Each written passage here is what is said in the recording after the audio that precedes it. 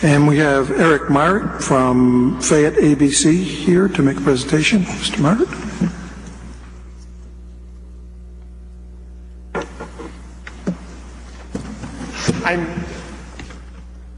I'm delighted to meet with you today and to have this opportunity to take 10 minutes.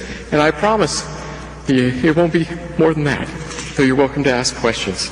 I represent more than 350 citizens in the community so far who signed a petition with regard to concern over the negative unintended consequences of standardized test preparation in our schools. And I have the petition here. To date, there are 358 citizens who have signed, representing at least 14 schools, 16 zip codes across Fayette County. And so, first off, I want to give you a sense that this is very broad in terms of all of these things. Beyond that, I want to give you, first off as well, thank you for the opportunity to be here, acknowledge the fact that we're very grateful that you're willing to allow us to have this discussion, and to put forth the fact that we believe Fayette County schools are very, very good. And in a lot of ways, as we come with a petition, we want you to know that we believe that the glass is half full, it's not half empty, and that our schools have a wonderful foundation in all sorts of different ways and manners. And the breadth of that can, in a lot of ways, be seen in a meeting like this, where you see all of the awards and all of the things that our students do. The problem that we would like to address is, of course, in part a national problem. It was recently addressed by both President Obama and by Secretary of Education Arne Duncan. Notwithstanding that it's a national problem, something we see across the nation, we believe that as citizens of Fayette County, we have a moral obligation and a responsibility to address this at the local level. In terms of this, I'm going to come back at the end to this moral responsibility and obligation, but I want to make just some specific points in terms of some of our concerns. And as I make these points, I want to make very clear that we're very aware that some of the problems that we and lots of other people have seen in our schools vary from school to school, and that different people are going to speak about this in different ways in terms of what's going on in their different schools. But I want to give you just kind of a broad sense of that. I've got 4 points, then we'll come back to this idea of responsibility. Among other things, we have a concern that too much time is spent practicing open response questions and learning to answer questions and tests in very formulaic ways. And among other things, we believe that this leaves our students very unprepared for the reality of the world in which we live today. A world that isn't about A, B, C, or D. A world in which you've got to be able to think on your feet, and you've got to be able to discuss and deal with, real-world problems in a very changing sort of manner. Standardized test preparation doesn't prepare our students for that. Beyond that, it doesn't prepare our students, I would argue, for college. I happen to be a history professor, and I asked a number of my colleagues their thoughts in terms of how our students are that are coming in as, freshmen at the University of Kentucky. Among other things, one of my colleagues wrote this: "The most troubling effect of standardized testing that I observe is that it reinforces the idea that there is one correct answer to every question, fatal to developing a facility with historical interpretation." She's from the history department. "I've observed that students are ever more wedded to the idea that why questions must have the same simple fact answers that when questions do. And for this reason, teaching to standardized tests also kills any incipient enthusiasm a student might have by reinforcing the idea that the study of history in this case, is merely the boring and repugnant memorization and regurgitation of names and dates, i.e., stuff that can be tested." Beyond our concerns in terms of the time being spent, on, in formulaic test preparation sorts of ways. We're concerned about test celebrations in our schools in which students who do not score proficient are physically singled out when others are recognized.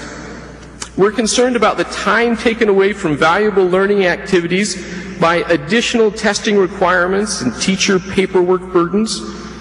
And really, above all in all of this, is the sense that we believe we're sending to our students that a test, a standardized test, is the ultimate goal of learning.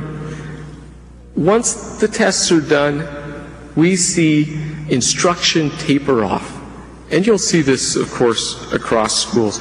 And students are left with the idea the whole purpose of going to school is to practice to take tests. I want to return to this idea of responsibility very briefly. What does a test score tell us? How do you interpret tests? I want to use an example. I took the ACT 25 years ago or so. All of our students that prepare to go off to college are going to have to take some kind of standardized test as they're doing so, the ACT, the SAT, and so forth. If a student, a college graduate, came to you for a job you're interviewing for a job, and they came with the number of their ACT score emblazoned across their chest on their shirt, would you hire them? Would you say that shows that you're able to do this job? Ultimately, a score, a number, is supposed to be representative of other things, but it's a partial measurement, and it leaves out so very much, arguably the most important things that can't be numerically measured. In terms of our schools, does a test score equal school quality? In terms of our students, can a single number, even a series of numbers, really assess what a child is learning? I often wonder, I was thinking about this earlier today, I have 4 young children. If there were a test to determine what makes a good father, and there was a number, and we could rate what makes a good parent, and I took that test, what number would I get? How would it really reflect all of the things that I do with my children? A test, a number, cannot tell you what a child's potential is any more than it can tell you really where a school or a teacher or a principal stands at any given moment in time. It's a measurement. It can be used in all sorts of important ways, but it's an impartial measurement. What's the best way to find out how your child is doing in school? Is it to look at, the score they get on a standardized test? I think most people would tell you no. As a parent, I can tell you that I have a very good idea how my children are progressing in school. I don't need a specific number. Beyond that, I go to the teacher and I ask. The teacher sees my children every day. They see what they're doing and so forth.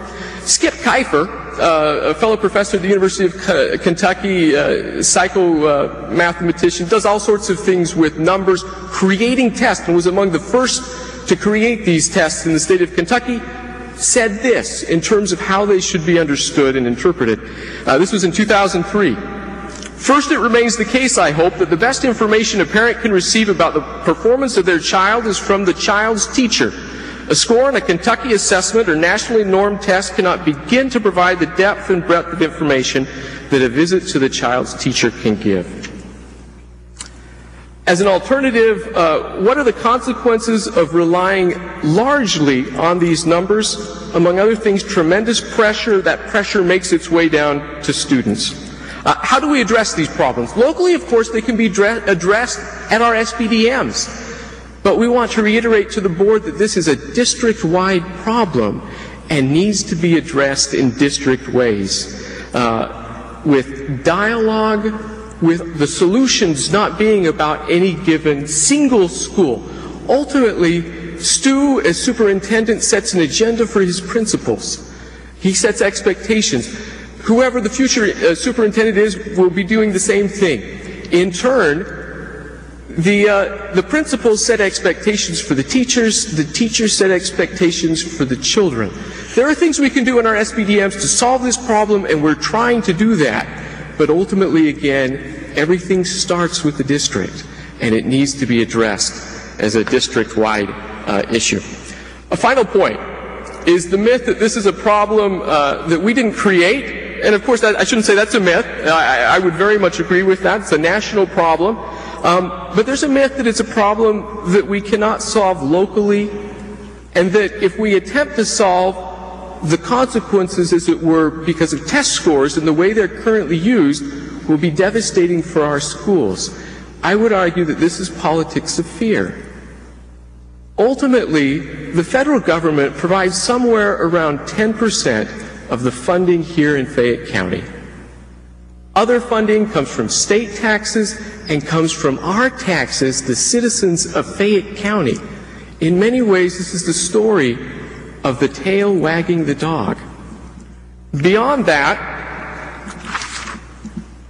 is the notion, or what I should say, the fear that theoretically, on the books, according to the law, the Department of Education here in Kentucky can take over control of our funds, could even take our district over if our scores weren't high enough and so forth. Across the nation today, it's projected that 8 out of 10 schools are failing or will fail according to these test-based ideas, these test-based numbers. There's no way that 8 out of 10 school districts across the nation are going to be taken over by local government, as it were. Additionally, as I said at the beginning, the Secretary of Education, Arne Duncan, President Obama himself have argued that the current expectations are not reasonable, in many ways that the scores are bogus, and that the law is flawed. We have the faith that you as board members will go to bat for us, both to the legislature and beyond, and make the decisions that are most important for our children so that learning and education is exciting and inspirational and really about what teaching was meant to be, not about a number. Thank you. Thank you. And I have copies of our petition here.